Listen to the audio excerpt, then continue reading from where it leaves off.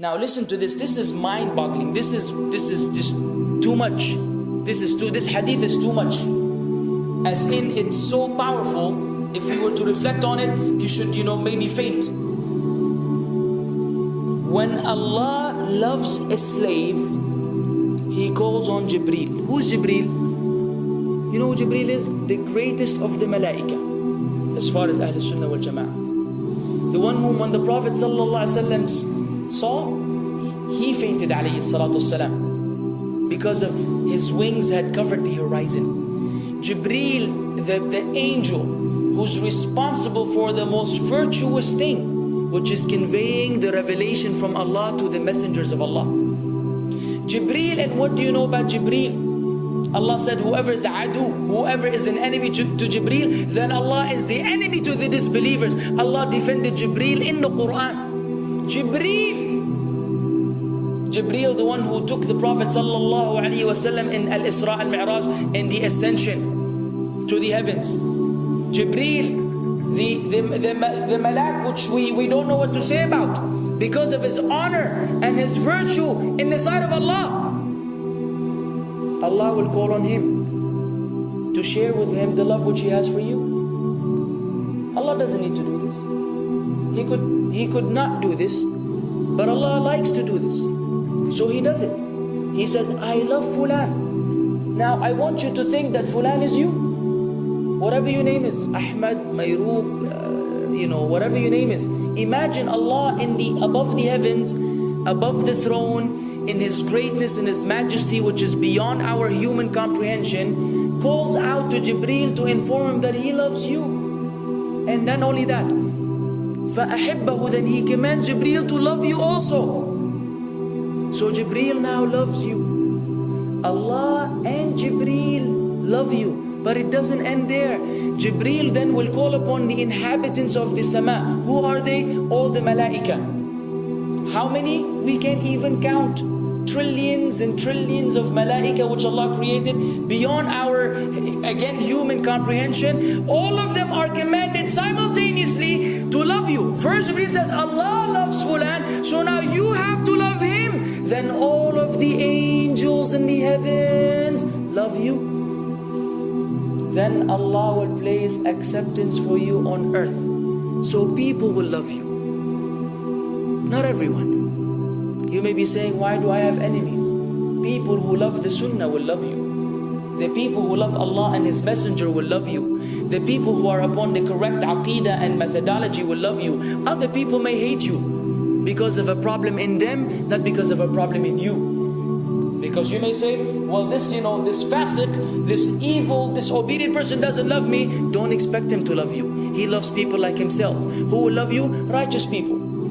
Righteous people. Well, they don't know why. They don't even know why. You've never even given them $1 or a riyal or a pound. You've never done anything for them. Maybe you scream at them. Maybe you do other things. It's Allah. Why? Because Allah had loved you first, then Jibreel had loved you first, then the malaika loved you afterwards, then Allah put acceptance for you on earth, so people have no choice but to love you. We ask Allah to make us among them. Now what better than that? What else do you want? What else do you want? What?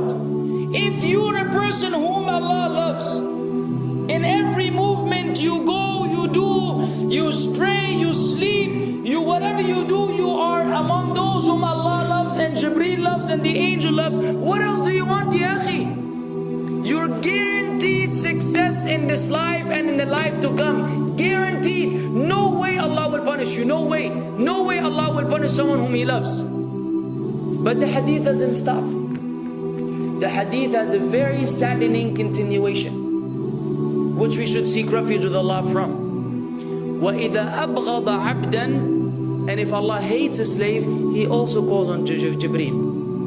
And He informs Jibreel that He hates this person. So He will command Jibreel to hate this person.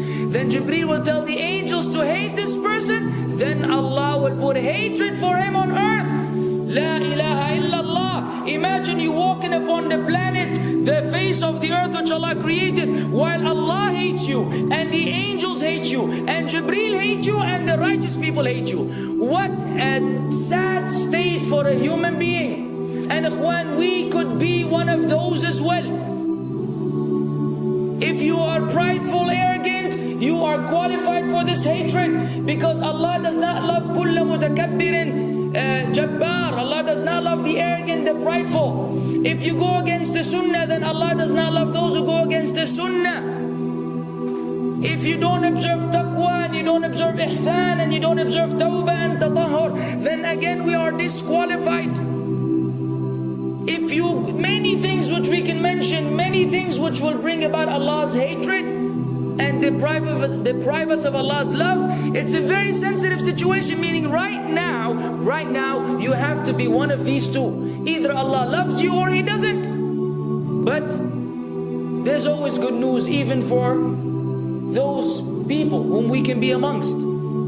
It's not too late because you're alive. It's not too late because it's Ramadan. It's not too late because you're breathing. Even if you led a life of someone who had attained Allah's hatred, if you were to return to Allah, then Allah will love you and be happier. He will be so happy with your tawbah than a man who lost his mount in the desert. Upon it was his food and his drink, and then he waited under a tree for death, and all of a sudden he opened his eyes and he sees his camel or his horse or whatever that was right in front of him, and he gets so happy. He said, Allahumma anta abdi wa ana rabbuka. Oh Allah, you are my slave and I am your Lord. Kufr. He said a statement of kufr, but the Prophet ﷺ said, أخطأ من شدة الفرح. He made a mistake because he's so happy. You know when you're so happy that you may say things against what you want to say? When you're so happy that you just, you say words that mean nothing to anyone? Allah is happier when you return to Him than that person. What else do we want? For how long are we going to stay away from Allah? For how long are we going to lead the life of the heedless? For how long are we going to go against the sunnah? What are you waiting for? Death? Death. حتى إذا جاء أحدهم الموت قال رب ارجعون لعلي أعمل صالحا فيما تركت كلا. Until when death comes to one of them, you say, oh Allah, allow me to return so that I may do good in that which I left behind. And it will be said to him, no, it's only a word. إنها كلمة هو قائلها. It's nothing but a wish and a word he will have. It will not be fulfilled. Let us not wait for death, ya akhwan. If each one of us here, by Allah, if each one of us here acted upon the sunnah, lived according to the sunnah, and invited people to the sunnah, and enjoyed what is good, and forbade what is evil, wallah, we will make a major change in the city in which we live. And if Muslims hearing this all over the world had that same attitude, then we will change the condition of the whole ummah. So no enemy can come and play games with us. We will squash them, all of them. Because Allah will defend. إِن تَنْصُرُ اللَّهِ يَنْصُرْكُمْ وَيُثَبِّتْ أَقْدَامَكُمْ. If you aid Allah's deen, Allah will aid you and will keep your feet firm. But we don't even live according to the sunnah, let alone be given victory over the enemies. So we're being humiliated in everywhere we go in the world. So let us make that change. Now that Ramadan is here, now that you've been given this sudden inclination towards good, if we don't succeed, if we don't take advantage of this month, wallahi, we are losers. If Ramadan ends and you are the same way you were before Ramadan began, then one of us is a loser. If we don't return to Allah after Ramadan, then we are losers as well. So tonight, bi'idhnillah, always on our mind, attaining Allah's love, acquiring Allah's love, fetching for the sunnah, and acting upon it whenever we're able to do so.